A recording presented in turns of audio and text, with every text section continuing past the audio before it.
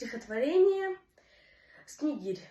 Автор Агния Барто. Читает Попина Михаил, ученик детской школы искусств №1 города Якутска. На Арбате, в магазине, за окном устроен сад. Там летает голубь синий, снегири в саду свистят. Я одну такую птичку за стеклом видал в окне. Я видал такую птицу, что теперь не спится мне.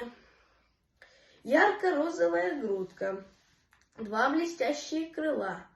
Я не мог ни на минутку оторваться от стекла.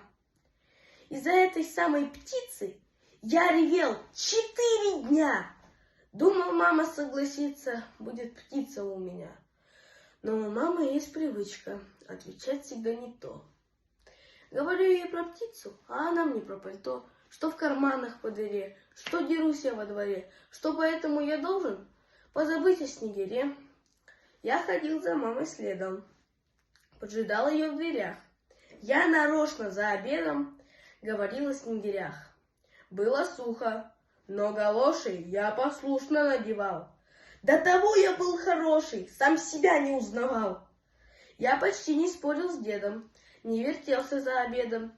Я спасибо говорил, всех за все благодарил.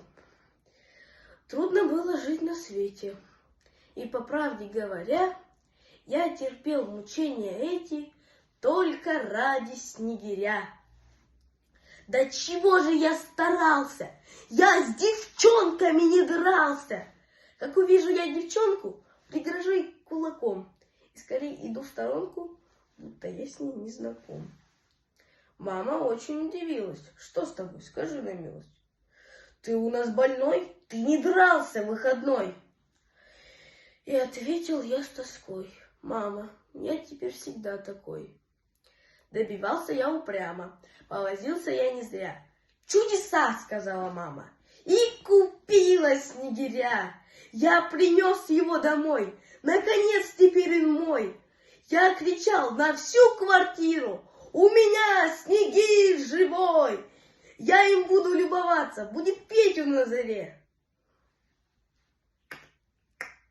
Может, снова мне подраться завтра утром во дворе.